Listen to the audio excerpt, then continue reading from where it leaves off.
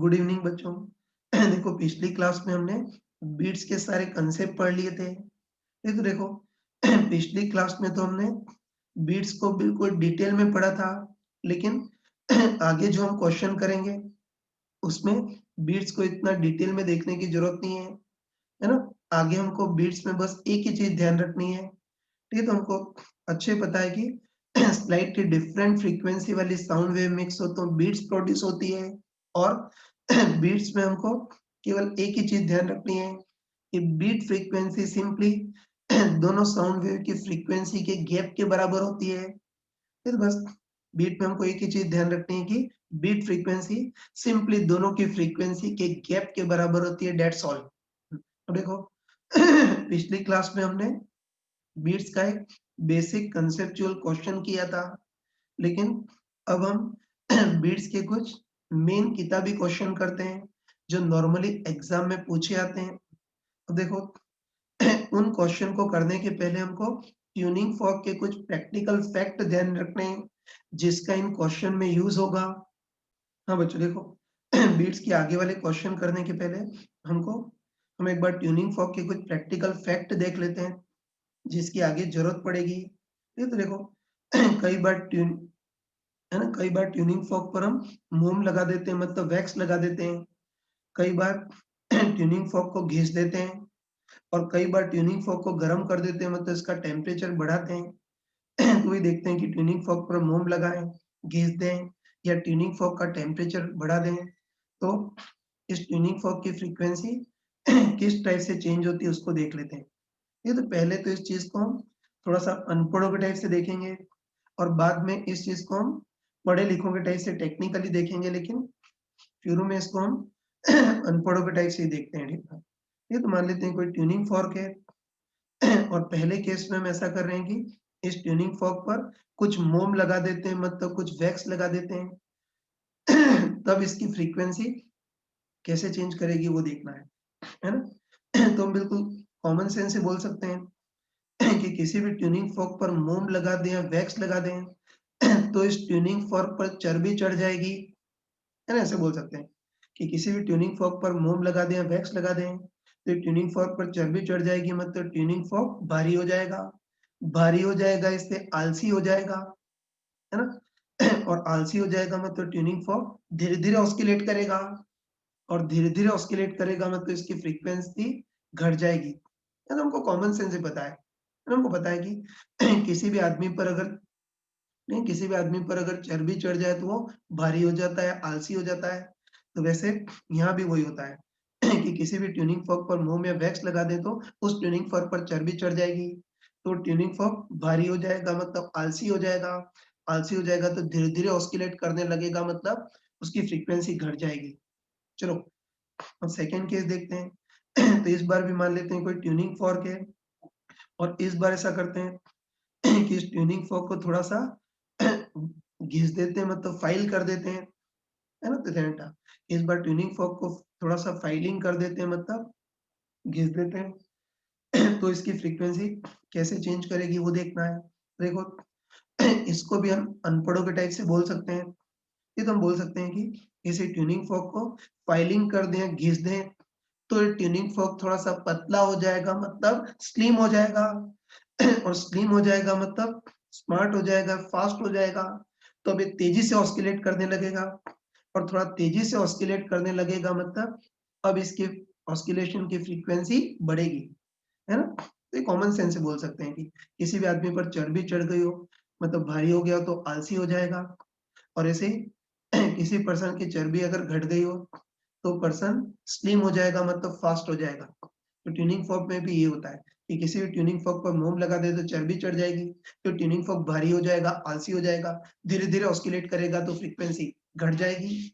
और ऐसे ही किसी भी ट्यूनिंग फॉर्क को फाइल कर दें, घिस दें तो ट्यूनिंग फॉर्क पतला हो जाएगा, मतलब स्लिम हो जाएगा। स्लिम हो जाएगा तो स्मार्ट हो जाएगा या फास्ट हो जाएगा, तो तेजी से ऑस्किलेट करने लगेगा, मतलब उसकी फ्रीक्वेंसी बढ़ जाएगी। ठीक? अब देखो तीसरा केस लेते हैं। तो इस बार ही मान लेते हैं ट्यूनिंग फॉर्क है और इस बार हम ऐसा करते हैं कि ट्यूनिंग फॉर्क को गर्म करते हैं, मतलब इसका टेम्परेचर बढ़ाते हैं। तो बस ट्यूनिंग फॉर्क का टेम्परेचर बढ़ाएं तो इसकी फ्रीक्वेंसी बढ़ेगी या घटेगी वो देखना है। तो देखो, इसको याद रखने के लिए मैं बहुत गंदा वाला जुगाड़ बता रहा हूँ, है ना? तो इसको याद रखने के लिए बहुत गंदा वाला जुगाड़ बता रहा हूँ, लेकिन इससे अपना काम आसान हो जाता है, ठीक है? वही मान लेते हैं कि कोई ट्यूनिंग फॉर्क है, इसका टेम्परेचर बढ़ा रहे हैं, ये तो ध्यान रखना कि ट्यूनिंग फॉर्क का टेम्परेचर बढ़ाएँगे तो इसके ऑस्किलेशन का टाइम पीरियड भी बढ़ेगा, है तो उसको गंदे शब्दों में ऐसे बोल सकते हैं कि टेम्परेचर भी T से स्टार्ट होता है और टाइम पीरियड भी T से स्टार्ट होता है, मतलब ये दोनों मान सकते हैं कि दोनों जुड़वा भाई हैं, है ना? तो बिल्कुल गंदे वाले जुगाड़ से ये बोल सकते हैं कि किसी भी ट्यूनिंग फॉर्क का अगर टेम्परेचर बढ़ा दें, तो उसका जुड़वा भाई टाइम पीरियड भी बढ़ेगा, दोनों T से स्टार्ट होते हैं ना, ये बोल सकते हैं कि किसी भी ट्यूनिंग फॉर्क का टेम्परेचर बढ़ा दें तो उसका जुड़ा भाई टाइम पीरियड भी बढ़ेगा और टाइम पीरियड बढ़ेगा तो ट्यूनिंग फॉर्क की फ्रीक्वेंसी घटेगी। तो इस तरह से ध्यान में रख सकते हो। अब देखो, अभी तो हमने अनपढ़ों के टाइप से देखा या गंदे वाले जुगाड़ से देखा, और हमको इस जुगाड़ से ध्यान रखना है। हर छोटी-छोटी चीज में इतना बुद्धि लगाने का टाइम नहीं है। तो हमको तो इस अनपढ़ वाले जुगाड़ से ये चीजें ध्यान रखनी है। लेकिन चलो, एक बार मैं इसको पढ़े लिखे आदमी के टाइप से टेक्निकली भी बता देता हूँ। हाँ बच्चों, अभी तो इसको हमने अनपढ़ों के टाइप से देखा, लेकिन एक बार पढ़े लिखों के टाइप से टेक्निकली भी देख लेते हैं, है ना? तो वही, कोई ट्यूनिंग फॉर्क है, मोम लगाने पे, घिसने पे, टेम्पेयर बढ़ाने पर इसकी फ्रीक्वेंसी किस टाइप से चेंज करेगी, इसको टेक्निकली देख सकते हो। ये तो देखो, ये तो तुमने एसएचएम में पढ़ा होगा कि अगर कोई स्प्रिंग मास सिस्टम हो, तो स्प्रिंग मास सिस्टम का time period 2 pi root m by k होता है। तो स्प्रिंग मास सिस्टम की frequency 1 by 2 pi root k by m होती है। तो इससे हम क्लियरली बोल सकते हैं कि किसी स्प्रिंग मास सिस्टम की frequency root k by m पे डिपेंड करती है, जहाँ k स्प्रिंग का स्प्रिंग कांस्टेंट होता है, स्प्रिंग की स्टिफनेस होती है, और m इस है ना, m लटकाए गए ब्लॉक का मास होता है, ठीक है? अब ध्यान रखना कि जिस टाइप से सॉरी, ये ध्यान रखना कि जिस टाइप से स्प्रिंग मास सिस्टम की frequency root k by m पे डिपेंड करती है, वैसे ही हमारे मैकेनिकल इंजीनियरिंग के अकॉर्डिंग देखें तो वैसे ही ट्यूनिंग फॉर्क की भी frequency root k by m पे डिपेंड करती है। ध्यान रखना, स्प्रिंग मास के सिमिलर ट्यूनिंग फॉर्क की भी फ्रीक्वेंसी रफली रूट k बाय m पे डिपेंड करती है। बस ट्यूनिंग फॉर्क में k की जगह क्या आ जाएगा, y आ जाएगा, मतलब उस मटेरियल का यंग मॉडुलस आ जाएगा। और चिंता मत करना, स्प्रिंग कांस्टेंट के सिमिलर जो यंग मॉडुलस है वो भी उस मटेरियल की स्टिफनेस पर ही डिपेंड करता है ना? तो ये ध्यान रखना, स्प्रिंग मास सिस्टम की frequency root k by m पे डिपेंड करती है। वैसे ही मैकेनिकल इंजीनियरिंग के अकॉर्डिंग ट्यूनिंग फॉर्क की भी frequency root k by m पे डिपेंड करती है। बस k की जगह इसमें यंग मॉडुलस y आ जाता है ना? और ध्यान रखना, दोनों भाई भाई हैं, ठीक है? जो स्प्रिंग कांस्टेंट होता है वो भी स्टिफनेस पे डिपेंड करता है और यंग मॉडुलस भी स्टिफनेस पे डिपेंड करता है।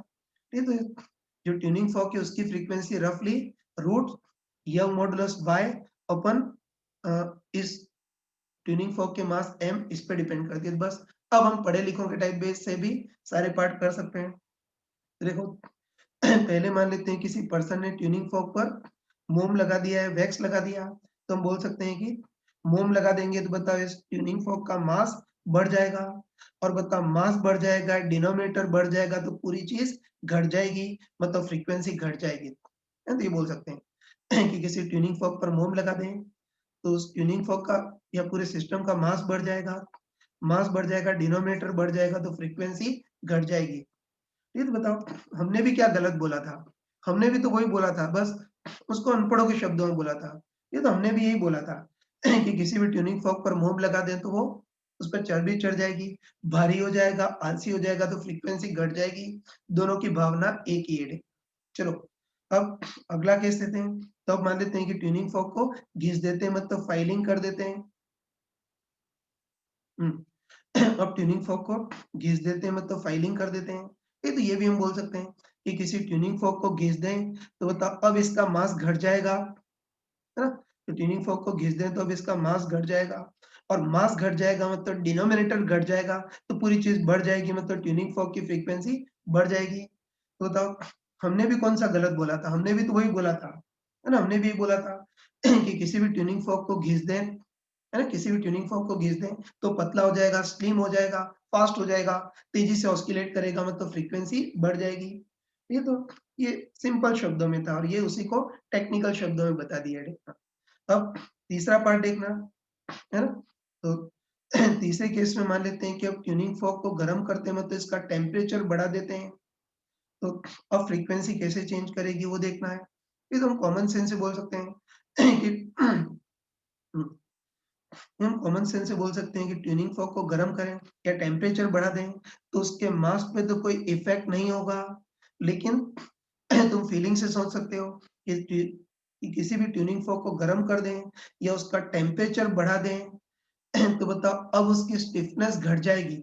या तो हम मतलब फीलिंग से बोल सकते हैं कि किसी भी ट्यूनिंग फॉर्क को गर्म करें या उसका टेम्परेचर बढ़ा दें तो अब ये ट्यूनिंग फॉर्क के जो मॉलिक्यूल है उनके बीच इंटरमॉलिक्यूलर फोर्स थोड़ा सा वीक हो जाएगा। है तो ये बोल सकते हैं कि किसी भी ट्यूनिंग फॉर्क का टेम्परेचर बढ़ा दें तो ट्यूनिंग फॉर्क के जो मॉलिक्यूल है उनके बीच इंटरमॉलिक्यूलर बॉन्ड थोड़ा सा वीक हो जाएगा या इंटरमॉलिक्यूलर फोर्स वीक हो जाएगा। इंटरमॉलिक्यूलर फोर्स वीक हो जाएगा तो उसकी स्टिफनेस भी वीक हो जाएगी मतलब इसकी स्टिफनेस थोड़ी सी घट जाएगी। और बताओ स्टिफनेस घट जाएगी मतलब कहने का मतलब है कि इसका यंग मॉडुलस घट जाएगा और यंग मॉडुलस घटेगा मतलब न्यूमरेटर घटेगा तो इसकी फ्रीक्वेंसी भी घट जाएगी, इस टाइप से बोल सकते हैं। वैसे तो ध्यान रखना कि वैसे तो ट्यूनिंग फॉर्क की फ्रीक्वेंसी में कुछ इसके साइज के भी पैरामीटर आते हैं मतलब क्रॉस सेक्शन एरिया लेंथ वो भी आते हैं। तो ध्यान रखना कि वैसे तो टेम्परेचर बढ़ाएँगे तो ट्यूनिंग फॉर्क का थोड़ा थर्मल एक्सपेंशन भी होगा। मतलब उसकी लेंथ भी बढ़ जाएगी, क्रॉस सेक्शन एरिया भी बढ़ जाएगा। है ना? तो इसकी लेंथ और क्रॉस सेक्शन एरिया भी बढ़ेगा लेकिन उनमें जो इंक्रीज़ होगा वो बहुत ही कम होगा। लेकिन यंग मॉडुलस में जो चेंज होता है वो थोड़ा-सा ज़्यादा होता है। इसलिए इसमें यंग मॉडुलस में जो चेंज है या स्टिफनेस में चेंज है वही डोमिनेटिंग होता है। तो बस पढ़े लिखों की लैंग्वेज में बोल सकते हैं कि किसी भी ट्यूनिंग फॉर्क का टेम्परेचर बढ़ाएँ तो ये टेम्परेचर बढ़ाएँ तो इसके मॉलिक्यूल के बीच इंटरमॉलिक्यूलर फोर्स वीक हो जाएँगे। बस इंटरमॉलिक्यूलर फोर्स वीक हो जाएँगे तो स्टिफनेस भी वीक हो जाएगी, मतलब यंग मॉडुलस भी कम हो जाएगा। यंग मॉडुलस कम होगा मतलब न्यूमरेटर कम होगा तो फ्रीक्वेंसी भी घट जाएगी। अब बताओ इतना सारा सोचते-सोचते तो पूरी गाड़ी छूट जाएगी। इसलिए हमको ज़्यादा पढ़ा-लिखा बनने की ज़रूरत नहीं है। कई बार अनपढ़ के टाइप से सोचना बेटर होता है। ये तो क्वेश्चन आए तो फालतू के इतनी भारी-भारी चीज़ें ध्यान में रखने की ज़रूरत नहीं है। हम तो अपने गंदे वाले जुगाड़ से ही ध्यान रखेंगे कि किसी भी ट्यूनिंग फॉर्क का टेम्परेचर बढ़ाएँ, तो टेम्परेचर का जुड़वा भाई टाइम पीरियड भी बढ़ जाएगा।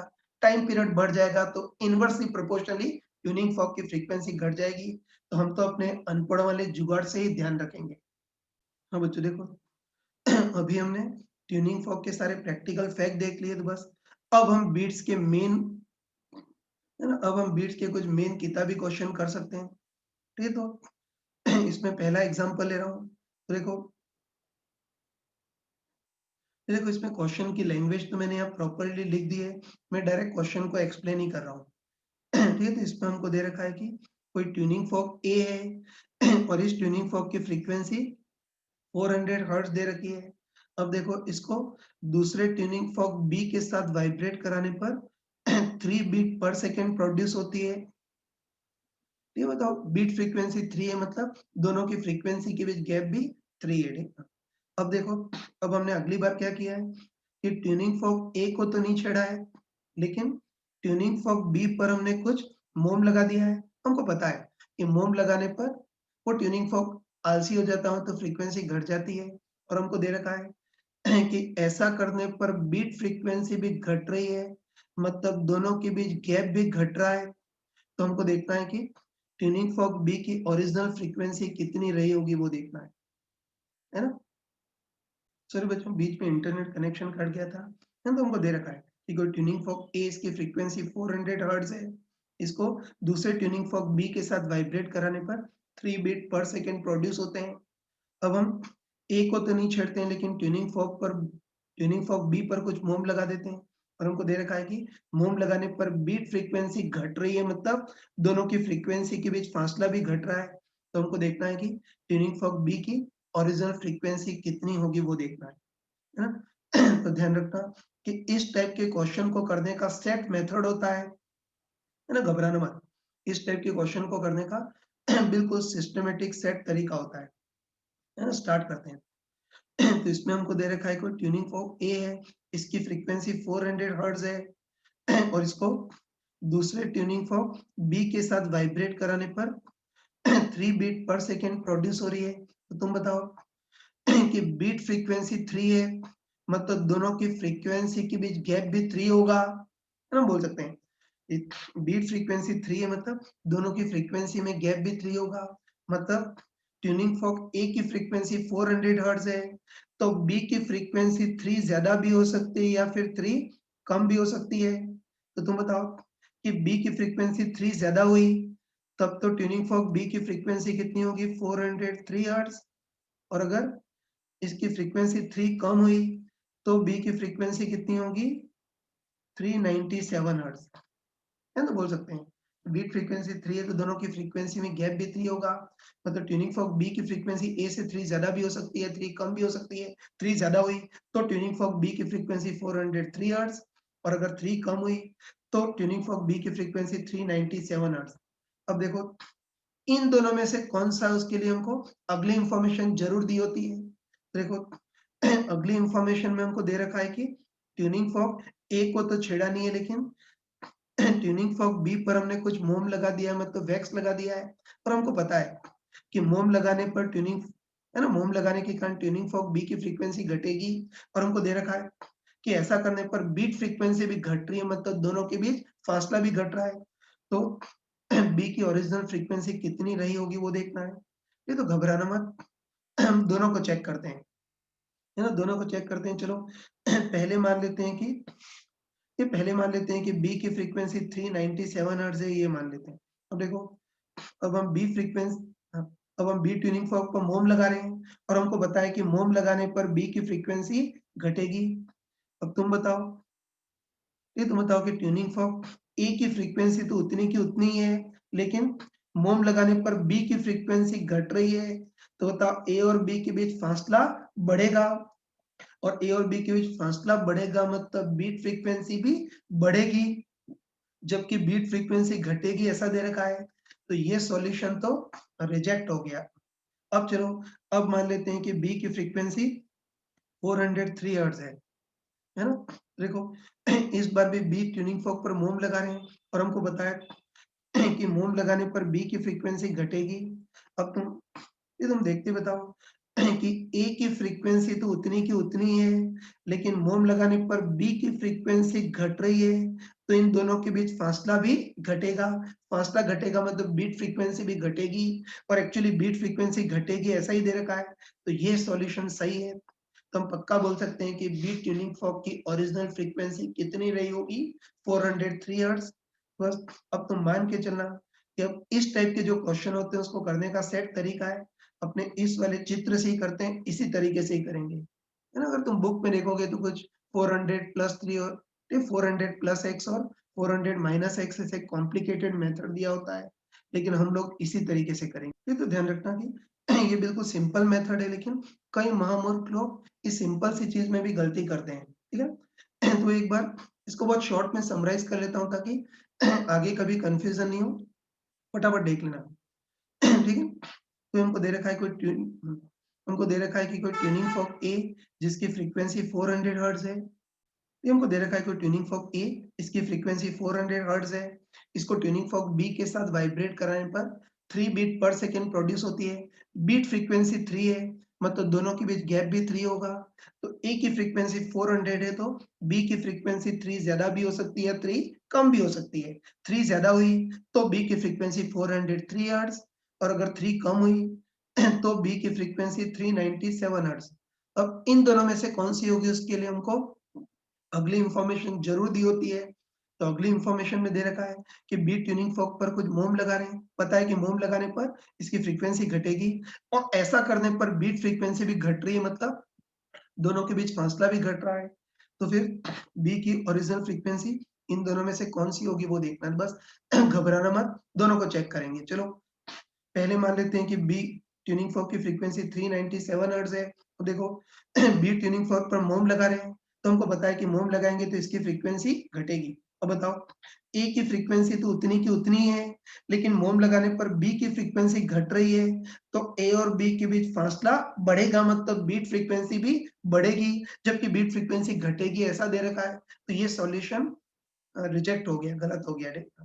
अब है ना, अब मान लेते हैं कि बी की फ्रीक्वेंसी 403 हर्ट्ज है। बस इस बार भी बी ट्यूनिंग फोर्क पर मोम लगा रहे हैं, और हमको है ना, बी ट्यूनिंग फोर्क पर मोम लगा रहे हैं, और हमको बताया कि मोम लगाने पर बी ट्यूनिंग फोर्क की फ्रीक्वेंसी घटेगी। अब बताओ, ए की फ्रीक्वेंसी तो उतनी की उतनी है, लेकिन मोम लगाने पर बी की फ्रीक्वेंसी घट रही है, तो बताओ इन दोनों के बीच फासला भी घटेगा। बोल सकते हैं ना, ए की फ्रीक्वेंसी उतनी है, लेकिन मोम लगाने पर बी की फ्रीक्वेंसी घटेगी, तो बताइए इन दोनों के बीच जो फासला है वो भी घटेगा, तो बीट फ्रीक्वेंसी भी घटेगी, और एक्चुअली बीट फ्रीक्वेंसी घटेगी यही दे रखा है। तो ये सॉल्यूशन सही है, मतलब पक्का बोल सकते हैं कि ट्यूनिंग फॉर्क बी की ओरिजिनल फ्रीक्वेंसी 403 हर्ट्ज होगी।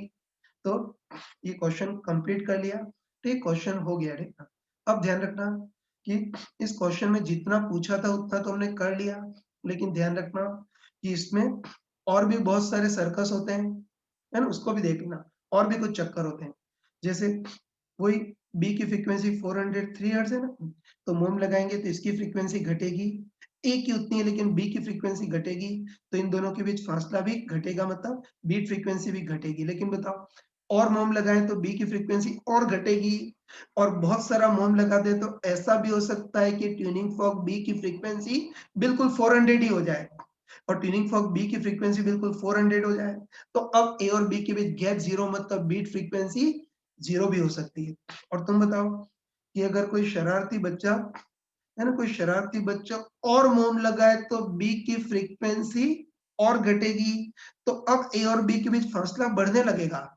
और तुम बताओ कि अगर और ज्यादा मोम लगा देंगे तो बी की फ्रीक्वेंसी और घटेगी, और घटते घटते 397 हो जाए, तो अब ए और बी के बीच गैप वापस 3 हो जाएगा, मतलब बीट फ्रीक्वेंसी वापस 3 हो जाएगी। तो ये सारी चीजें भी कई बार होती हैं, तो ऐसी चीजों को भी हैंडल करना तुमको आना चाहिए। हाँ बच्चों, इसका एक क्वेश्चन मैंने किया, अब अगला क्वेश्चन तुमको करना है, उसी क्वेश्चन को थोड़ा सा मॉडिफाई कर दिया है। ठीक है, तो क्वेश्चन की लैंग्वेज लिख दी है, मैं जस्ट एक्सप्लेन ही कर रहा हूँ। तो इसमें हमको दे रखा है कि वही कोई ट्यूनिंग फॉर्क ए जिसकी फ्रीक्वेंसी 400 हर्ट्ज है, इसको दूसरे ट्यूनिंग फॉर्क बी के साथ वाइब्रेट कराने पर 5 बीट पर सेकेंड प्रोड्यूस होती है। ठीक है, तो बीट फ्रीक्वेंसी 5 है। अब देखो, इस बार भी क्या किया है कि ट्यूनिंग फॉर्क ए को तो छेड़ा नहीं है, लेकिन ट्यूनिंग फॉर्क बी को इस बार घिस दिया है। पहले मोम लगाया था ना, लेकिन इस बार इस ट्यूनिंग फॉर्क बी को घिस दिया है, मतलब फाइल कर दिया है, और हमको दे रखा है कि ऐसा करने पर बीट फ्रीक्वेंसी घट रही है, मतलब दोनों के बीच गैप घट रहा है। तो अब ट्यूनिंग फॉर्क बी की ओरिजिनल फ्रीक्वेंसी कितनी रही होगी वो देखना है। तो 1 मिनट के लिए वीडियो पॉज़ कर दो और इसको खुद ट्राई करो। चलो, मैं एक्सपेक्ट कर रहा हूँ कि तुम्हें जो भी सिंसियर होगा उसने इसको कर लिया होगा। एक बार फटाफट बता देता हूँ, है ना? तो मैंने तुमको क्लियरली बताया था कि कभी भी इस टाइप के क्वेश्चन आए तो घबराना मत। इसको करने का बिल्कुल सिस्टमैटिक तरीका होता है, वैसे ही करेंगे। ठीक है, तो हमको दे रखा है कि कोई ट्यूनिंग फॉर्क ए है जिसकी फ्रीक्वेंसी 400 हर्ट्ज है, इसको दूसरे ट्यूनिंग फॉर्क बी के साथ वाइब्रेट कराने पर 5 बीट पर सेकंड प्रोड्यूस हो रहे हैं। तो तुम बताओ कि बीट फ्रीक्वेंसी 5 है, मतलब दोनों की फ्रीक्वेंसी में गैप भी 5 होगा, मतलब ए की फ्रीक्वेंसी 400 हर्ट्ज है, तो बी की फ्रीक्वेंसी 5 ज्यादा भी हो सकती है या फिर 5 कम भी हो सकती है। तो तुम बताओ कि बी की फ्रीक्वेंसी 5 ज्यादा हुई, तब तो बी की फ्रीक्वेंसी 405 हर्ट्ज होगी, या बी की फ्रीक्वेंसी अगर 5 कम हुई तो बी की फ्रीक्वेंसी 395 हर्ट्ज होगी। ठीक है, अब देखो इन दोनों में से कौन सी होगी, उसके लिए हमको अगली इंफॉर्मेशन जरूर दी होती है। तो देखो, अगली लाइन में हमको दे रखा है कि इस ट्यूनिंग फॉर्क ए को तो छेड़ा नहीं है ना, तो ट्यूनिंग फॉर्क ए को तो छेड़ा नहीं है, लेकिन ट्यूनिंग फॉर्क बी को थोड़ा सा फाइल कर दिया है, मतलब घिस दिया है, और हमको पता है कि घिस देते हैं तो ट्यूनिंग फॉर्क स्लिम हो जाता है, मतलब इसकी फ्रीक्वेंसी बढ़ जाती है। और ऐसा करने पर बीट फ्रीक्वेंसी घट रही है, मतलब दोनों के बीच फासला भी घट रहा है, तो ट्यूनिंग फॉर्क बी की ओरिजिनल फ्रीक्वेंसी कितनी रही होगी वो देखना है। तो बिल्कुल डरते नहीं हम, सिंपली दोनों को चेक करते हैं। ठीक है, चलो पहले मान लेते हैं कि ट्यूनिंग फॉर्क बी की फ्रीक्वेंसी 405 हर्ट्ज है ना? पहले मान लेते हैं कि ट्यूनिंग फॉर्क बी की फ्रीक्वेंसी 405 हर्ट्ज है। अब देखो ट्यूनिंग फॉर्क बी को घिस रहे हैं और हमको पता है कि घिसेंगे तो ट्यूनिंग फॉर्क बी की फ्रीक्वेंसी बढ़ेगी। अब तुम बताओ कि ट्यूनिंग फॉर्क ए की फ्रीक्वेंसी तो उतनी की उतनी है, लेकिन घिसने के कारण ट्यूनिंग फॉर्क बी की फ्रीक्वेंसी बढ़ेगी। तो तुम बताओ, ए की फ्रीक्वेंसी उतनी की उतनी है, लेकिन घिसने के कारण बी की फ्रीक्वेंसी बढ़ेगी, तो इन दोनों के बीच फासला भी बढ़ेगा, मतलब बीट फ्रीक्वेंसी भी बढ़ेगी, जबकि बीट फ्रीक्वेंसी घटेगी, ऐसा दे रखा है। तो ये ऑप्शन तो रिजेक्ट हो गया, ये तो गलत साबित हुआ। ठीक, अब चलो अब हम, है ना, अब मान लेते हैं कि बी की फ्रीक्वेंसी 395 हर्ट्ज है, इसको देख लेते हैं। ठीक है, बस इस बार भी ट्यूनिंग फॉर्क बी को घिस रहे हैं और हमको पता है कि ट्यूनिंग फॉर्क बी को घिसेंगे तो उसकी फ्रीक्वेंसी बढ़ेगी। अब तुम बताओ कि ट्यूनिंग फॉर्क ए की फ्रीक्वेंसी तो उतनी की उतनी है, लेकिन घिसने के कारण बी की फ्रीक्वेंसी बढ़ेगी, तो बताओ दोनों के बीच फासला है, दोनों के बीच गैप घटेगा, फासला घटेगा तो बीट फ्रीक्वेंसी भी घटेगी, और एक्चुअली बीट फ्रीक्वेंसी घटेगी ऐसा ही दे रखा है। तो ये सही है, मतलब पक्का बोल सकते हैं कि ट्यूनिंग फॉर्क बी की ओरिजिनल फ्रीक्वेंसी 395 हर्ट्ज होगी। ठीक, तो हर क्वेश्चन को हम इस टाइप के चित्र बना करके करेंगे तो कभी भी गलती नहीं होगी। मुझे बताने में भले ही टाइम लग गया हो, लेकिन जो भी स्मार्ट पर्सन होगा उसने तो आधे मिनट में देखते ही कर लिया होगा। हाँ बच्चों, अब इसी में एक और क्वेश्चन तुमसे तुमको करना है। इस क्वेश्चन की भी लैंग्वेज मैंने लिख दी है मैं जस्ट क्वेश्चन को एक्सप्लेन ही कर रहा हूँ। देखो, ये देखो, इसमें हमको दे रखा है कि कोई ट्यूनिंग फॉर्क ए है जिसकी फ्रीक्वेंसी 500 हर्ट्ज है। इसको किसी दूसरे ट्यूनिंग फॉर्क बी के साथ वाइब्रेट कराने पर 10 सेकेंड में 40 बीट्स प्रोड्यूस होती हैं। ये तो हम समझते हैं कि 10 सेकेंड में 40 बीट प्रोड्यूस होती हैं, तो 1 सेकेंड में कितनी बीट प्रोड्यूस होंगी? 4 बीट्स। मतलब इनका कहने का मतलब है कि 4 बीट पर सेकेंड प्रोड्यूस हो रही हैं, उसी को घुमा करके दे रखा है। अब, है ना, अब हम ऐसा कर रहे हैं कि इस बार ट्यूनिंग फॉर्क बी को नहीं छेड़ते हैं, ट्यूनिंग फॉर्क ए पर कुछ मोम लगाते हैं। तो ध्यान रखना, इस बार ट्यूनिंग फॉर्क बी को नहीं छेड़ रहे हैं, लेकिन ट्यूनिंग फॉर्क ए पर कुछ मोम लगा रहे हैं, और ऐसा करने पर बीट फ्रीक्वेंसी घट रही है, मतलब दोनों के बीच फासला भी घट रहा है। तो अब हमको देखना है कि अब इस ट्यूनिंग फॉर्क बी की फ्रीक्वेंसी कितनी होगी वो देखना है। तो 1 मिनट के लिए वीडियो पॉज करो और खुद ट्राई करो। हाँ बच्चों, मैं एक्सपेक्ट कर रहा हूँ कि तुम में जो भी सिंसियर होगा उसने कर लिया होगा, है ना। एक बार मैं बता देता हूँ। तो देखो, इसमें हमको दे रखा है कि कोई ट्यूनिंग फॉर्क ए है, इसकी फ्रीक्वेंसी 500 हर्ट्ज है। अब देखो, इसको दूसरे ट्यूनिंग फॉर्क बी के साथ वाइब्रेट कराने पर 10 सेकेंड में 40 बीट प्रोड्यूस होती है, मतलब 1 सेकेंड में 4 बीट प्रोड्यूस होगी ना। तो इनका कहने का मतलब है कि इस ट्यूनिंग फॉर्क को दूसरे ट्यूनिंग फॉर्क बी के साथ वाइब्रेट कराने पर 4 बीट पर सेकेंड प्रोड्यूस हो रही है। बस तुम बताओ कि बीट फ्रीक्वेंसी 4 है, मतलब इन दोनों की फ्रीक्वेंसी में गैप भी 4 होगा। तो बताओ, ए की फ्रीक्वेंसी 500 हर्ट्ज है, तो बी की फ्रीक्वेंसी 4 ज्यादा भी हो सकती है या फिर 4 कम भी हो सकती है ना। हमको पता है कि बीट फ्रीक्वेंसी 4 मतलब दोनों की फ्रीक्वेंसी में गैप भी 4।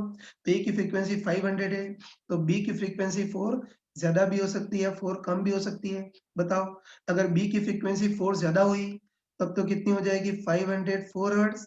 या बी की फ्रीक्वेंसी अगर 4 कम हो तो बी की फ्रीक्वेंसी 496 हर्ट्ज होगी। ठीक है, अब इन दोनों में से कौन सी होगी वो देखना है। दोनों हो सकती है ना, बस इन दोनों में से कौन सी होगी वो देखना है। तो उसके लिए हमको अगली इंफॉर्मेशन जरूर दी होती है।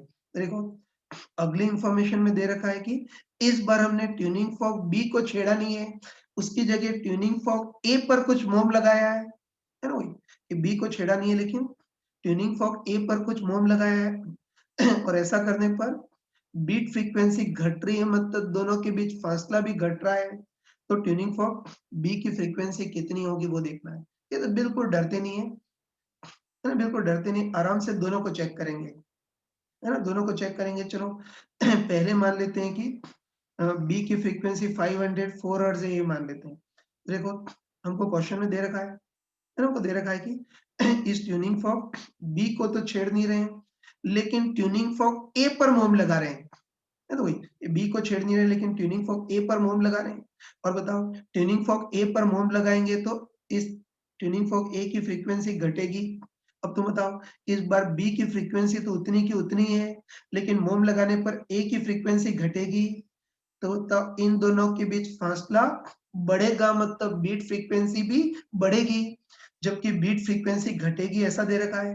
तो ये तो रिजेक्ट हो गया, है ना, ये तो रिजेक्ट हो गया ये वाला सॉल्यूशन। चलो अब हम अगला केस लेते हैं। ये तो चलो अब मान लेते हैं कि ट्यूनिंग फॉर्क बी की फ्रीक्वेंसी 496 हर्ट्ज है, ठीक है। बस इस बार भी, है ना, इस बार भी ट्यूनिंग फॉर्क बी को नहीं छेड़ रहे हैं, लेकिन ए ट्यूनिंग फॉर्क पर कुछ मोम लगा रहे हैं, और हमको अच्छे पता है कि ए ट्यूनिंग फॉर्क पर मोम लगाएंगे तो इस ए की फ्रीक्वेंसी घटेगी। अब बताओ, बी की फ्रीक्वेंसी तो उतनी की उतनी है, लेकिन मोम लगाने पर ए की फ्रीक्वेंसी घटेगी, तो इन दोनों के बीच फासला भी घटेगा, मतलब बीट फ्रीक्वेंसी भी घटेगी, और बीट फ्रीक्वेंसी घटेगी ऐसा ही दे रखा है, मतलब ये ऑप्शन सही है। ठीक है, मतलब बी की फ्रीक्वेंसी 496 हर्ट्ज रही होगी, तो इजीली कर सकते हैं। कई मूर्ख लोग क्या करते हैं कि मोम तो ए पर लगा रहे हैं और गधों टाइप से बी की फ्रीक्वेंसी घटा देते हैं, पिछले क्वेश्चन के टाइप से। ठीक है, तो अंधे मत बनना, अपनी आंखें खोल करके क्वेश्चन सॉल्व करो। हाँ बच्चों देखो, अब अगला एक और क्वेश्चन घुमा करके तुमको दे रहा हूँ, इसको भी तुम्ही को ट्राई करना है। ठीक है, तो इसकी भी लैंग्वेज लिख दी है, मैं जस्ट एक्सप्लेन ही कर रहा हूँ। तो देखो, इसमें भी हमको दे रखा है कोई ट्यूनिंग फॉर्क ए है, जिसकी फ्रीक्वेंसी 500 हर्ट्ज है। इसको किसी दूसरे ट्यूनिंग फॉर्क बी के साथ वाइब्रेट कराने पर 3 बीट पर सेकेंड प्रोड्यूस होती है, मतलब बीट फ्रीक्वेंसी 3 है। अब देखो, अगले केस में हमने क्या किया है कि ट्यूनिंग फॉर्क ए को तो छेड़ा नहीं है, लेकिन इस ट्यूनिंग फॉर्क बी पर कुछ मोम लगा दिया है ना, ट्यूनिंग फॉर्क बी पर कुछ मोम लगा दिया है, और हमको दे रखा है कि ऐसा करने पर बीट फ्रीक्वेंसी वापस 3 हो जाती है ना, ऐसा करने पर बीट फ्रीक्वेंसी अगेन 3 बीट पर सेकेंड उतनी हो जाती है। तो हमको देखना है कि ट्यूनिंग फॉर्क बी की इनिशियल फ्रीक्वेंसी कितनी रही होगी, वो देखना है। चलो 1 मिनट के लिए वीडियो पॉज करके इसको ट्राई करो। चलो मैं एक्सपेक्ट कर रहा हूँ कि तुम्हें जो भी सिंसियर होगा उसने इसको कर लिया होगा। एक बार हम सॉल्व कर लेते हैं, ठीक है। तो स्टार्ट करते हैं। तो हमको दे रखा है कि कोई ट्यूनिंग फॉर्क ए है, इसकी फ्रीक्वेंसी 500 हर्ट्ज है, और इसको दूसरे ट्यूनिंग फॉर्क बी के साथ वाइब्रेट कराने पर 3 बीट पर सेकेंड प्रोड्यूस हो रही है। तो बताओ बीट फ्रीक्वेंसी 3 है, मतलब इन दोनों की फ्रीक्वेंसी में गैप भी 3 होगा। तो बताओ ए की फ्रीक्वेंसी 500 हर्ट्ज है, तो बी की फ्रीक्वेंसी 3 ज्यादा भी हो सकती है या फिर 3 कम भी हो सकती है।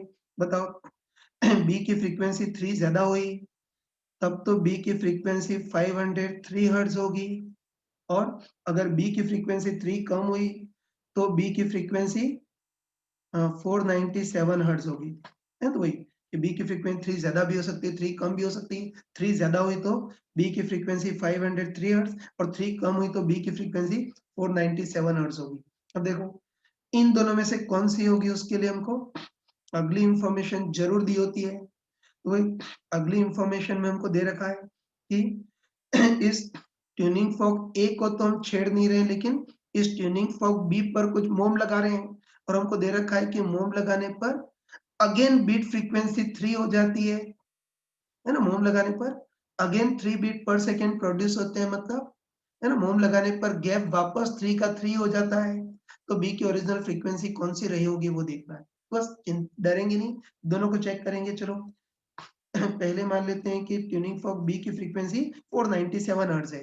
बस अब हम ऐसा करें कि इस बी ट्यूनिंग फॉर्क पर मोम लगा रहे हैं, और हमको बताया कि मोम लगाने पर इस बी ट्यूनिंग फॉर्क की फ्रीक्वेंसी घटेगी। अब तुम बताओ कि ए ट्यूनिंग फॉर्क की फ्रीक्वेंसी तो उतनी की उतनी है, लेकिन मोम लगाने पर बी की फ्रीक्वेंसी घटेगी, तो इन दोनों के बीच फासला गैप बढ़ेगा, है ना, बोल सकते हैं ए की उतनी है, लेकिन मोम लगाने पर बी ट्यूनिंग फॉर्क की फ्रीक्वेंसी घटेगी, तो इन दोनों के बीच फासला या गैप बढ़ेगा, तो बीट फ्रीक्वेंसी भी बढ़ेगी। तो बताओ क्या वापस 3 हो सकती है क्या?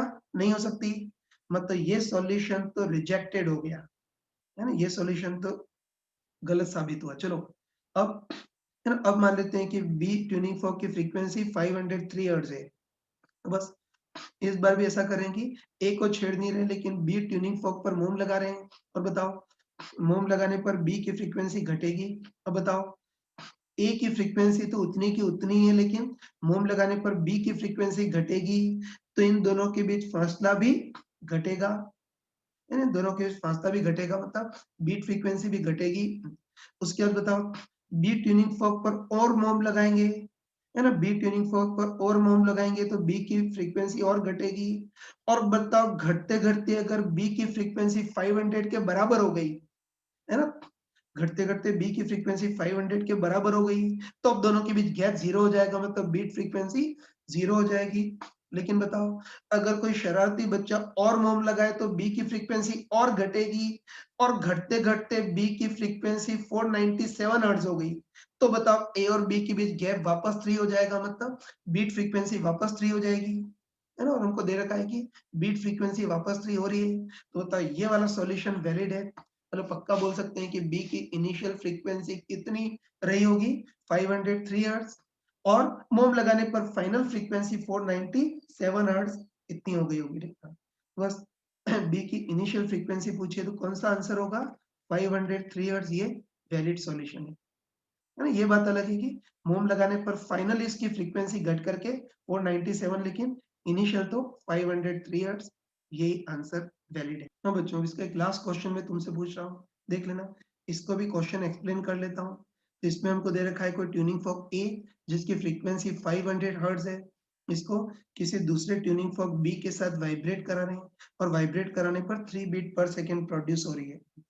अब देखो, अब हम ऐसा कर रहे हैं कि इस बार ट्यूनिंग फॉर्क बी नहीं, ट्यूनिंग फॉर्क ए पर कुछ मोम लगा रहे हैं, और हमको दे रखा है कि ऐसा करने पर बीट फ्रीक्वेंसी बिल्कुल जीरो हो रही है, मतलब दोनों के बीच फासला बिल्कुल जीरो हो रहा है। तो हमको देखना है कि अब बी की फ्रीक्वेंसी कितनी होगी, वो देखना है। चलो 1 मिनट के लिए वीडियो पॉज करके आंसर बताओ। चलो, मैं एक्सपेक्ट करता हूँ कि जो भी सिंसियर होगा उसने कर लिया होगा। अब एक बार फटाफट देख लेना।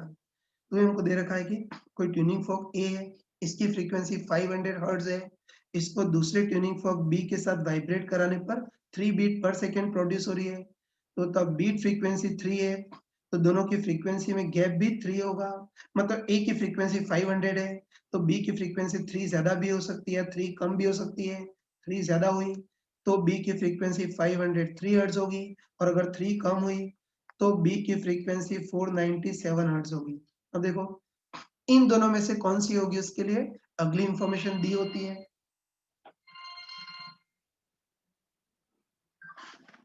ये तो अगली इंफॉर्मेशन में हमको दे रखा है कि इस बार ट्यूनिंग फॉर्क बी को छेड़ नहीं रहे, लेकिन ट्यूनिंग फॉर्क ए पर कुछ मोम लगा रहे हैं, है ना। और ऐसा करने पर बीट फ्रीक्वेंसी जीरो हो रही है, मतलब दोनों के बीच फासला जीरो हो रहा है। तो बस बी की फ्रीक्वेंसी कितनी होगी वो देखना है, तो बिल्कुल डरते नहीं, हम बिंदास दोनों को चेक करेंगे।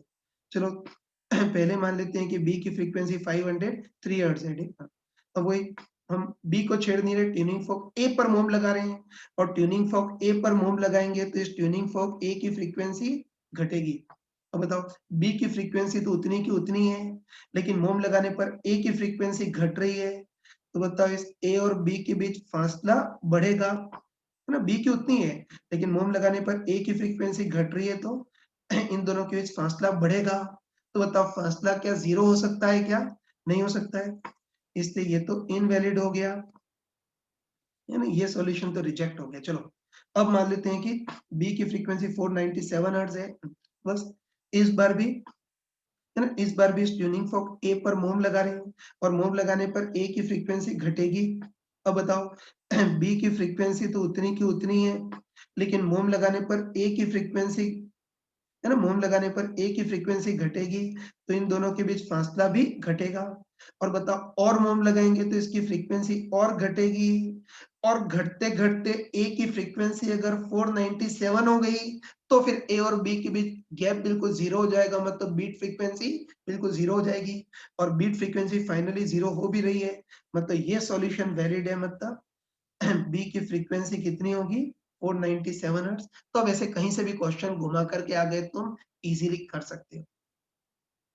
हाँ बच्चों, देखो, अभी तक तो हमने जितने भी क्वेश्चन किए उसमें बीट्स प्रोड्यूस करने के लिए दो ट्यूनिंग फॉर्क का यूज किया था, लेकिन ध्यान रखना कि बीट प्रोड्यूस करने के लिए हम किन्हीं भी 2 सोर्स या किसी भी 2 नमूनों का यूज़ कर सकते हैं। मतलब एक ट्यूनिंग फॉर्क और एक वायर का यूज़ कर सकते हैं। एक वायर और एक बांसुरी मतलब ऑर्गन पाइप का यूज़ कर सकते हैं, या एक ट्यूनिंग फॉर्क और एक बांसुरी मतलब ऑर्गन पाइप, इनका भी यूज़ कर सकते हो। तो ध्यान रखना कि बीट प्रोड्यूस करने के लिए हम किन्हीं भी 2 सोर्सेस का यूज़ कर सकते हैं, बस कांसेप्ट एक ही है कि बीट फ्रीक्वेंसी सिंपली उनकी फ्रीक्वेंसी के गैप के बराबर होगी। तो देखो बीट्स का एक थोड़ा-सा टफ क्वेश्चन लेते हैं। तो देखो इस क्वेश्चन की लैंग्वेज तो मैंने यहाँ लिख दी है, मैं जस्ट क्वेश्चन को एक्सप्लेन ही कर रहा हूँ, है ना? ध्यान से देखना। तो देखो इस बार बीट प्रोड्यूस करने के लिए एक तो ट्यूनिंग फॉर्क लिया है और एक सितार वायर लिया है, मतलब एक फिक्स वायर लिया है। तो हमको दे रखा है कि बीट प्रोड्यूस करने के लिए एक तो ट्यूनिंग फॉर्क लिया है जिसकी फ्रीक्वेंसी 400 हर्ट्ज है। हाँ बच्चों, सॉरी डिस्टर्बेंस था बीच में। नहीं तो वही बीट्स प्रोड्यूस करने के लिए एक तो हम 400 हर्ट्ज का ट्यूनिंग फॉर्क लेते हैं और इसको किसी फिक्स वायर के साथ वाइब्रेट कराते हैं, है ना? मतलब किसी सितार वायर के साथ पियानो वायर के साथ वाइब्रेट कराते हैं। ठीक है, और हमको पता होना चाहिए कि पियानो वायर एक फिक्स वायर होता है, ठीक, जो अपने फंडामेंटल मोड में वाइब्रेट कर रहा है। ये तो हमको दे रखा है कि 400 हर्ट्ज का ट्यूनिंग फॉर्क है और उसके पास में कोई सितार या कोई गिटार वायर है, मतलब कोई फिक्स वायर है जो अपने फंडामेंटल मोड में वाइब्रेट कर रहा है। इसकी length 1 metre, linear mass density 0.01 kilogram पर मीटर, लेकिन टेंशन पता नहीं है, ठीक है? और हमको दे रखा है कि इस ट्यूनिंग फॉर्क और इस पियानो वायर को साथ-साथ वाइब्रेट कराते हैं तो 3 बीट पर सॉरी 5 बीट पर सेकंड प्रोड्यूस होती है, मतलब इन दोनों की फ्रीक्वेंसी के बीच गैप 5 है। अब अगले केस में हम ऐसा करते हैं कि इस पियानो वायर को थोड़ा टाइट करते हैं, मतलब टेंशन बढ़ाते हैं और हमको दे रखा है कि टेंशन बढ़ाने पर बीट फ्रीक्वेंसी बिल्कुल 0 हो जाती है, मतलब दोनों के बीच गैप 0 हो जाता है। तो हमको देखना है कि इस पियानो वायर की इनिशियल और फाइनल फ्रीक्वेंसी कितनी होगी और फिर उसमें इनिशियल और फाइनल टेंशन कितनी होगी, वो देखना है ना? चलो स्टार्ट करते हैं, ठीक है? इस बार हमको दे रखा है कि बीट प्रोड्यूस करने के लिए एक तो 400 हर्ट्ज का ट्यूनिंग फॉर्क लेते हैं और दूसरा पियानो वायर लेते हैं, मतलब कोई फिक्स वायर लेते हैं जो अपने फंडामेंटल मोड में वाइब्रेट कर रहा है। तो हमको अच्छे पता है कि 400 हर्ट्ज का ट्यूनिंग हमको अच्छे पता है कि 400 हर्ट्ज का जो ट्यूनिंग फॉर्क है उससे तो जो साउंड निकलेगी उसकी फ्रीक्वेंसी 400 हर्ट्ज होगी, और दूसरा फिक्स वायर है जो अपने फंडामेंटल मोड में वाइब्रेट कर रहा है। और स्ट्रिंग वेव में पढ़ा था कि कोई फिक्स वायर अपने फंडामेंटल मोड में वाइब्रेट करे तो उसकी frequency 1/2L root T by mu होती है। तो वायर की फ्रीक्वेंसी उतनी है, तो इस पियानो वायर से जो साउंड निकलेगी उसकी भी फ्रीक्वेंसी ये 1/2L root T by mu होगी, है ना? और इन दोनों को वाइब्रेट कराने पर 5 बीट पर सेकंड प्रोड्यूस हो रही है, मतलब अभी इन दोनों की फ्रीक्वेंसी के बीच गैप 5 है। पियानो वायर को थोड़ा टाइट करते हैं तो टेंशन बढ़ाते हैं तो बीट फ्रीक्वेंसी 0 हो जाती है, मतलब दोनों के बीच फासला 0 हो जाता है। तो वायर की इनिशियल फ्रीक्वेंसी कितनी रही होगी और फाइनली कितनी हो जाएगी वो देखना है। कर सकते हैं ना? बस इसको हमने पहले जो इससे क्वेश्चन किए थे उसी टाइप से ही करेंगे, स्टार्ट करते हैं। ये तो हमको दे रखा है कि ये हमको दे रखा है कोई ट्यूनिंग हमको दे रखा है कोई ट्यूनिंग फॉर्क है, इसकी फ्रीक्वेंसी 400 हर्ट्ज है और इसको इस वायर से वाइब्रेट सॉरी कोई ट्यूनिंग फॉर्क है, इसकी फ्रीक्वेंसी 400 हर्ट्ज है, इसको इस वायर के साथ वाइब्रेट कराने पर 5 बीट पर सेकंड प्रोड्यूस हो रही है। तो बताओ बीट फ्रीक्वेंसी 5 है, मतलब दोनों की फ्रीक्वेंसी के बीच गैप भी 5 होगा, मतलब ट्यूनिंग फॉर्क की फ्रीक्वेंसी 400 हर्ट्ज है, तो वायर की फ्रीक्वेंसी 5 ज्यादा भी हो सकती है, 5 कम भी हो सकती है। तो तुम बताओ कि वायर की फ्रीक्वेंसी 5 ज्यादा हुई तब तो वायर की फ्रीक्वेंसी 405 हर्ट्ज होगी, और अगर वायर की फ्रीक्वेंसी 5 कम हुई तो वायर की फ्रीक्वेंसी 395 हर्ट्ज होगी, मतलब इन दोनों में से कोई भी हो सकती है, ठीक है? अब देखो इन दोनों में से कौन सी होगी उसके लिए हमको अगली इंफॉर्मेशन जरूर दी होती है, ठीक है? तो अगली इंफॉर्मेशन में दे रखा है कि इस पियानो वायर को टाइट करते हैं, मतलब उसमें टेंशन बढ़ाते हैं, और इस इस फॉर्मूले से हम कंफर्म बोल सकते हैं कि पियानो वायर की टेंशन बढ़ाएंगे तो उस वायर की फ्रीक्वेंसी भी बढ़ेगी। और हमको दे रखा है कि ऐसा करने पर बीट फ्रीक्वेंसी बिल्कुल जीरो हो जाती है। ऐसा करने पर बीट फ्रीक्वेंसी बिल्कुल जीरो हो जाती है, मतलब दोनों की फ्रीक्वेंसी में गैप जीरो हो जाता है। तो बस वायर की इनिशियल फ्रीक्वेंसी कितनी रही होगी वो देखना है। तो बस बिल्कुल डरते नहीं, हम बिंदास दोनों को चेक करेंगे। चलो पहले मान लेते हैं कि वायर की फ्रीक्वेंसी 405 हर्ट्ज है। अब देखो अब हम वायर को टाइट करें, मतलब उसमें टेंशन बढ़ा रहे हैं, और हमको अच्छे पता है कि वायर में टेंशन बढ़ाएंगे तो वायर की फ्रीक्वेंसी भी बढ़ेगी। अब तुम बताओ कि ट्यूनिंग फॉर्क की फ्रीक्वेंसी तो उतनी की उतनी ही है, लेकिन टेंशन बढ़ाने पर वायर की फ्रीक्वेंसी बढ़ेगी। तो बताओ वायर और ट्यूनिंग फॉर्क के बीच गैप भी बढ़ेगा, मतलब बीट फ्रीक्वेंसी भी बढ़ेगी। तो बताओ क्या गैप जीरो हो सकता है क्या? नहीं हो सकता, है ना? तो वही कि टेंशन बढ़ाएंगे तो इस वायर की फ्रीक्वेंसी बढ़ेगी, तो ट्यूनिंग फॉर्क और वायर के बीच फासला भी बढ़ेगा। तो बताओ इनके बीच गैप या फासला जीरो नहीं हो सकता, तो ये सॉल्यूशन तो रिजेक्ट हो गया, ये तो गलत साबित हुआ। ठीक है, चलो अब, है ना, अब मान लेते हैं कि इस वायर की फ्रीक्वेंसी 395 हर्ट्ज है। तो देखो इस बार भी वायर को टाइट कर रहे हैं, मतलब टेंशन बढ़ा रहे हैं, और इस फॉर्मूले से हम बोल सकते हैं कि वायर में टेंशन बढ़ाएंगे तो वायर की फ्रीक्वेंसी भी बढ़ेगी। अब तुम बताओ कि ट्यूनिंग फॉर्क की फ्रीक्वेंसी तो उतनी की उतनी ही है, लेकिन टेंशन बढ़ाने पर वायर की फ्रीक्वेंसी बढ़ेगी। तो बताओ दोनों के बीच गैप घटेगा, है ना? और तुम बताओ कि अगर वायर, तुम बताओ कि वायर की टेंशन और बढ़ाएंगे तो वायर की फ्रीक्वेंसी और बढ़ेगी, और बढ़ाते बढ़ाते, है ना, बताओ टेंशन बढ़ाएंगे तो वायर की फ्रीक्वेंसी और बढ़ेगी, और बहुत ज़्यादा टेंशन बढ़ा दी मतलब वायर की फ्रीक्वेंसी बहुत ज़्यादा बढ़ा दी, और बढ़ते-बढ़ते वायर की फ्रीक्वेंसी अगर 400 के बराबर हो गई, तो फिर दोनों के बीच गैप 0 हो सकता है, मतलब बीट फ्रीक्वेंसी 0 हो सकती है। और हमको दे भी रखा है कि फाइनली बीट फ्रीक्वेंसी 0 हो रही है, मतलब ये सॉल्यूशन वैलिड है, मतलब पक्का है कि वायर की इनिशियल फ्रीक्वेंसी कितनी रही होगी? 395 हर्ट्ज। तो बस कंफर्म बोल सकते हैं कि ये सॉल्यूशन वैलिड है। तो हम बोल सकते हैं कि इस वायर की इनिशियल फ्रीक्वेंसी कितनी रही होगी? 395 हर्ट्ज, और वायर में टेंशन बढ़ाने पर इसकी फाइनल फ्रीक्वेंसी बिल्कुल ट्यूनिंग फॉर्क के बराबर हो गई होगी, मतलब 400 हर्ट्ज हो गई होगी। बस हमको पता चल गया, है ना? कंफर्म बोल सकते हैं, मैं लिख देता हूँ, कंफर्म बोल सकते हैं कि ये जो वायर है उसमें, ये जो वायर है उसकी इनिशियल फ्रीक्वेंसी कितनी रही होगी? 395 हर्ट्ज, और टेंशन बढ़ाने के कारण इसकी फाइनल फ्रीक्वेंसी कितनी हो गई होगी? 400 हर्ट्ज। तो बस वायर में वायर की इनिशियल और फाइनल फ्रीक्वेंसी आ गई। तो अब हमको डराने के लिए पूछा है कि वायर में इनिशियल और फाइनल टेंशन कितनी होगी। तो बस अब तो आंखें बंद करके फॉर्मूला लगा सकते हैं ना। तो हम बोल सकते हैं कि वायर फंडामेंटल मोड में या फर्स्ट हार्मोनिक में वाइब्रेट कर रहा है, तो वायर की फ्रीक्वेंसी कितनी होगी? 1/2L root T by mu. ये तो हम बोल सकते हैं कि वायर की इनिशियल फ्रीक्वेंसी कितनी होगी? 1/2L root T initial by mu. तो इससे इनिशियल टेंशन निकाल सकते हैं। बताओ वायर की इनिशियल फ्रीक्वेंसी कितनी? 395 ना, हम देख चुके हैं कि वायर की इनिशियल फ्रीक्वेंसी कितनी है? 395 hertz equal to 1/2 pi root T initial निकालना है, अपन म्यू 0.01।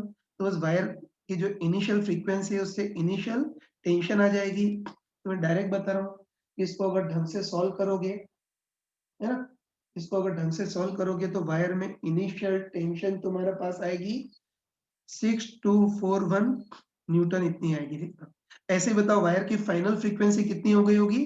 400 हर्ट्ज। तो उससे इसकी फाइनल टेंशन निकाल सकते हो। बताओ वायर की फाइनल फ्रीक्वेंसी को, ये 2L है, सॉरी मैंने गलत कर दिया, पाई नहीं एल है, तो मैंने गलती कर दिया कि वायर की initial frequency 395 hertz equal to 1/2L, wire की length 1 root T by mu. इसको सॉल्व करेंगे तो हमारे पास 6241 न्यूटन ये आएगा, है ना? और ऐसे वायर की फाइनल फ्रीक्वेंसी 400 है, फाइनल टेंशन देखनी है तो वायर की फाइनल फ्रीक्वेंसी को भी 1/2L root T final by mu लिख सकते हैं। तो बस वायर की फाइनल फ्रीक्वेंसी कितनी हो गई है? 400 हर्ट्ज इक्वल 1/2L, तो 1 root T final by mu 0.01। तो इसको सॉल्व करोगे तो वायर की फाइनल टेंशन तुम्हारे पास आ जाएगी 6400 न्यूटन, ये आ गई। बस वायर की इनिशियल टेंशन इतनी, फाइनल टेंशन इतनी, तो उसको घटा करके तुम ये भी डिसाइड कर सकते हो कि टेंशन कितनी बढ़ाई गई होगी। हाँ बच्चों देखो, अब बीट्स में कई बार कुछ मेंटल एबिलिटी टाइप के क्वेश्चन आते हैं, है ना? इसको देख लेना। तो इसकी भी क्वेश्चन की लैंग्वेज लिख दी है, मैं जस्ट एक्सप्लेन ही कर रहा हूँ। तो इसमें हमको दे रखा है कि दो ट्यूनिंग फॉर्क ए और बी, ए ट्यूनिंग फॉर्क की फ्रीक्वेंसी 530 हर्ट्ज और बी ट्यूनिंग फॉर्क की फ्रीक्वेंसी 542 हर्ट्ज है। अब देखो इन इन दोनों के अलावा एक कोई तीसरा ट्यूनिंग फॉर्क सी है ना?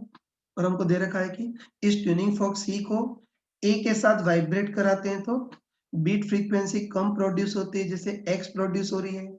और इस सी ट्यूनिंग फॉर्क को अगर बी के साथ वाइब्रेट कराएं तो बीट फ्रीक्वेंसी डबल प्रोड्यूस होती है, मतलब 2x प्रोड्यूस होती है। तो हमको देखना है कि इस तीसरे ट्यूनिंग फॉर्क सी की फ्रीक्वेंसी कितनी होनी चाहिए, वो देखना है। ठीक है, तो ये क्वेश्चन एक्चुअली फिजिक्स का है ही नहीं, मेंटल एबिलिटी का है ना? तो इसको भी डरना मत, सिंपली चित्र बना कर करते हैं। ठीक है, वही ये हमको दे रखा है ए की फ्रीक्वेंसी कम है 530 हर्ट्ज और बी की फ्रीक्वेंसी ज्यादा है 542 हर्ट्ज है। तो हमको दे रखा है कि कोई तीसरा अननोन ट्यूनिंग फॉर्क सी है, इसको ए के साथ वाइब्रेट कराने पर बीट फ्रीक्वेंसी कम प्रोड्यूस हो रही है, मतलब इसका ए से गैप कम होगा। और बी से वाइब्रेट कराने पर बीट फ्रीक्वेंसी ज्यादा प्रोड्यूस हो रही है, मतलब बी से गैप ज्यादा होगा।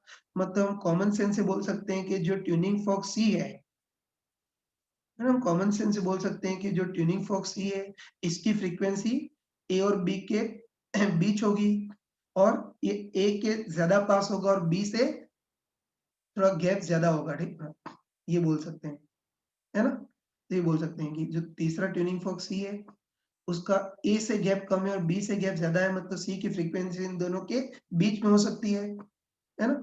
और उसका ए से गैप कम होगा और बी से गैप ज्यादा होगा। चलो अब इसका यूज करते हैं। तो चलो फर्स्ट केस में मान लेते हैं कि ट्यूनिंग फॉर्क सी की फ्रीक्वेंसी इन दोनों के बीच की भी कुछ हो सकती है। ठीक है, चलो आसानी से कर सकते हैं। तो अब इस अननोन ट्यूनिंग फॉर्क सी को ए के साथ वाइब्रेट करा रहे हैं। तुम बताओ कि अननोन ट्यूनिंग फॉर्क सी को अगर ए के साथ वाइब्रेट कराएं तो बीट फ्रीक्वेंसी कितनी होगी इनके गैप के बराबर, मतलब ज्यादा माइनस कम। तो ज्यादा तो कौन सा है, एफ सी, माइनस कम कौन सा है, एफ ए। सॉरी, ये तो वही कि इसको अगर ए के साथ वाइब्रेट कराएं तो बीट फ्रीक्वेंसी कितनी होगी इनके गैप के बराबर, मतलब ज्यादा माइनस कम। तो ज्यादा तो एफ सी, माइनस कम कौन सा है, 530। और इस बार बीट फ्रीक्वेंसी एक्स प्रोड्यूस हो रही है। अब बताओ ये जो सी ट्यूनिंग फॉर्क है उसको बी के साथ वाइब्रेट कराएं, तो द सी ट्यूनिंग फॉर्क को बी के साथ वाइब्रेट कराएं तो बीट फ्रीक्वेंसी कितनी होगी इन दोनों के गैप के बराबर, मतलब इस बार भी सिंपली ज्यादा माइनस कम। तो इन दोनों में ज्यादा कौन सा है, 542, माइनस कम कौन सा है, एफ सी। और इस बार बीट फ्रीक्वेंसी डबल है, मतलब 2x है। तो बस भगवान का नाम लेकर के दोनों का डिवाइड कर दो। बस डिवाइड करेंगे तो एफ सी माइनस 530 अपन 542 minus F C equal to 1/2। आगे क्रॉस मल्टीप्लाई करके सॉल्व कर लेना। तो क्रॉस मल्टीप्लाई करके सॉल्व करोगे तो इस सी की फ्रीक्वेंसी तुम्हारे पास आ जाएगी 534 हर्ट्ज, है ना? तो इस टाइप से कर सकते हो, या कई लोग तो दूसरे तरीके से भी कर लेते हैं। तो कई लोग ऐसे करते हैं कि सी का ए के, है ना, सी का ए से गैप कितना है, एक्स, और सी का बी के साथ गैप कितना है, 2x। तो बताओ ए और बी के बीच टोटल गैप कितना होगा, x प्लस 2x मतलब 3x। और बताओ ए और बी के बीच एक्चुअली गैप कितना है, 12। 3x इक्वल टू 12 तो x equal to 4, x equal to 4 मतलब ये गैप 4 होगा। ए की फ्रीक्वेंसी 530 है तो सी की 534 होगी। तो कई बच्चे ऐसे भी कर लेते हैं, तो कोई पाप नहीं, किसी भी टाइप से कर सकते हो। मैंने इस टाइप से कर लिया। अब ध्यान रखना कि अगर ढंग से देखें तो इसका एक नहीं दो सॉल्यूशन पॉसिबल है, इसका दूसरा भी सॉल्यूशन पॉसिबल है। तो देखो अभी तुम्हारा था कि सी की फ्रीक्वेंसी इन दोनों के बीच में है, लेकिन ऐसा भी हो सकता है कि सी की फ्रीक्वेंसी इन दोनों के बीच नहीं हो, मतलब इनके बियॉन्ड हो, है ना? ए से कम भी हो सकती है, बी से ज्यादा भी। लेकिन बताओ बी से ज्यादा तो हो ही नहीं सकती है। तुम बताओ कि अगर इस सी ट्यूनिंग फॉर्क की फ्रीक्वेंसी बी से भी ज्यादा हो गई तो उसका बी से गैप कम होगा और ए से गैप ज्यादा हो जाएगा, जबकि क्वेश्चन में दे रखा है कि ए से गैप कम और बी से गैप ज्यादा है। इससे कंफर्म बोल सकते हैं कि ट्यूनिंग फॉर्क सी की फ्रीक्वेंसी इस बी से ज्यादा तो हो ही नहीं सकती, इधर कहीं हो सकती है ना। ट्यूनिंग फॉर्क सी की फ्रीक्वेंसी इधर कहीं हो सकती है, मतलब ए से कम हो सकती है, ठीक है।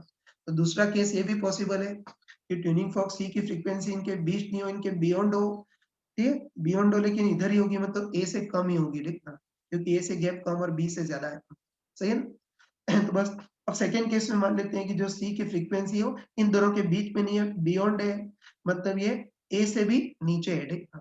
बस अब यहाँ भी वही है ना, यहाँ भी वही कि सी ट्यूनिंग फॉर्क को पहले ए के साथ वाइब्रेट कराते हैं, तो बताओ इस सी ट्यूनिंग फॉर्क को ए के साथ वाइब्रेट कराएंगे तो बीट फ्रीक्वेंसी कितनी होगी, सिंपली ज्यादा माइनस कम, है ना। वही सी ट्यूनिंग फॉर्क को ए के साथ वाइब्रेट कराएंगे तो बीट फ्रीक्वेंसी कितनी होगी, सिंपली इनके गैप के बराबर, मतलब ज्यादा माइनस कम, मतलब 530 माइनस एफ सी, और इन दोनों को वाइब्रेट कराने पे बीट फ्रीक्वेंसी एक्स प्रोड्यूस हो रही है।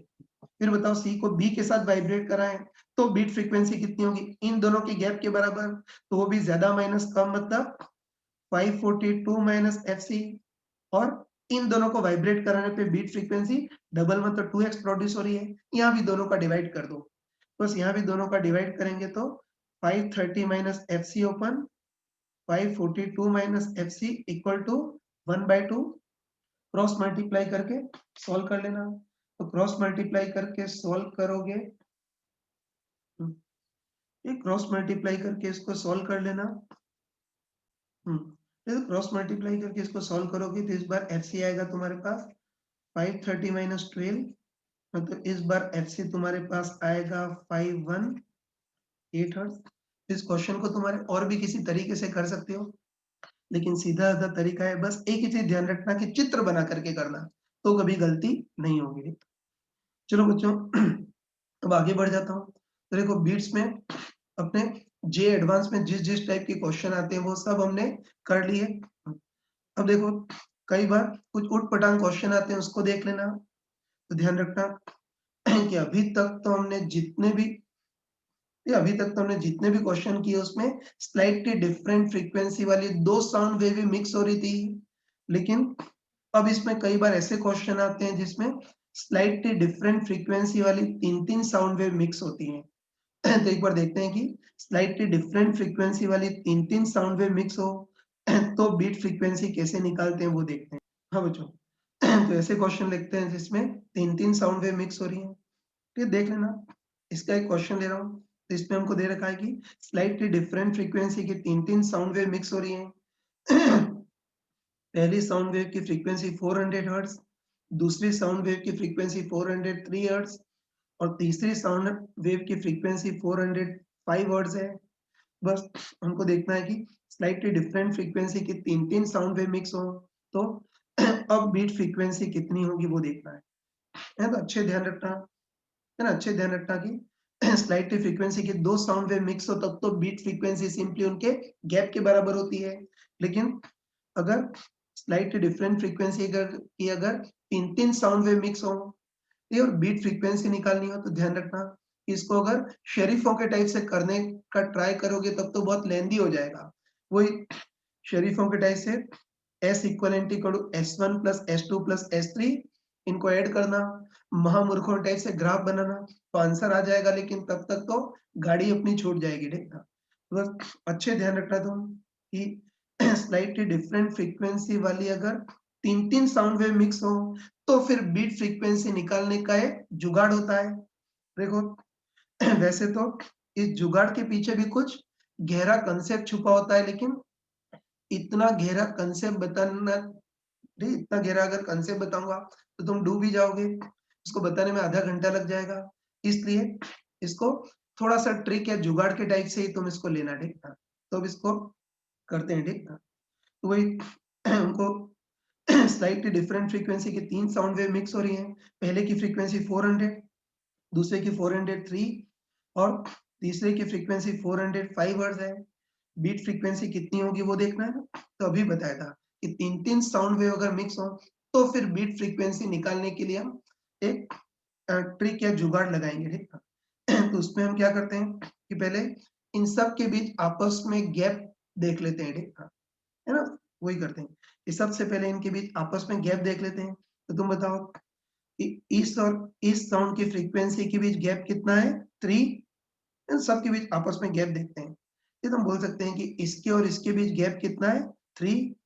फिर बताओ इस और इस फ्रीक्वेंसी के बीच गैप कितना है 2 और इस और इस फ्रीक्वेंसी के बीच गैप कितना है 5। तो सबसे पहले ये करते हैं कि आपस में गैप देख लेते हैं। तो बताओ पहली और दूसरी साउंड की फ्रीक्वेंसी के बीच गैप कितना है 3। वैसे बताओ दूसरी और तीसरी साउंड की फ्रीक्वेंसी में गैप 2 और पहली और तीसरी साउंड की फ्रीक्वेंसी में गैप कितना है 5। तो हमने गैप देख लिया, इनके बीच गैप 3 है ना। दूसरी और तीसरी के बीच गैप 2 हर्ट्ज और पहली और तीसरी के बीच गैप 5 हर्ट्ज ही ऐड है। बस अब हम क्या करते हैं, इनकी सीरीज लिखते हैं।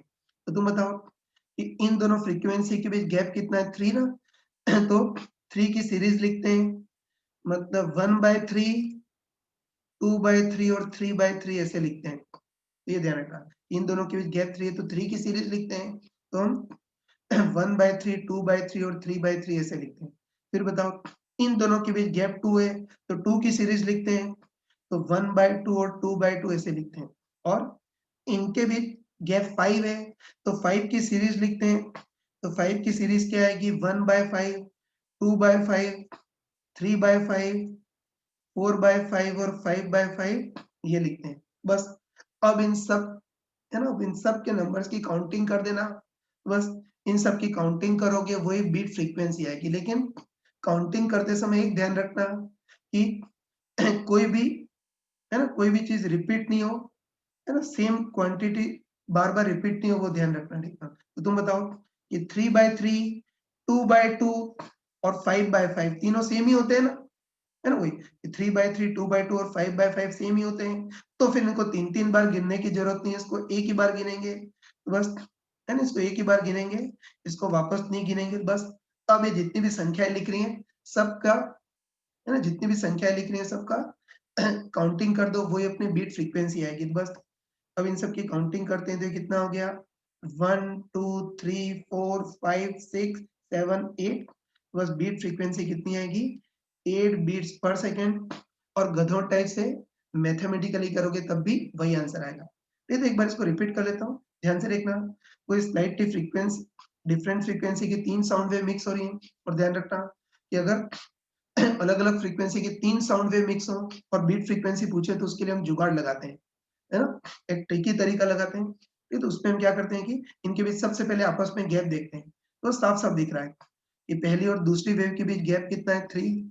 दूसरी और तीसरी वेव की फ्रीक्वेंसी में गैप 2 और पहली और तीसरी वेव की फ्रीक्वेंसी में गैप 5 है ना। बस ये अब हम इनकी सीरीज लिखते हैं। बताओ पहली और दूसरी की फ्रीक्वेंसी के गैप 3 है ना, तो हम 3 की सीरीज लिखेंगे। और 3 की सीरीज कैसे लिखते हैं 1/3, 2/3 और 3/3।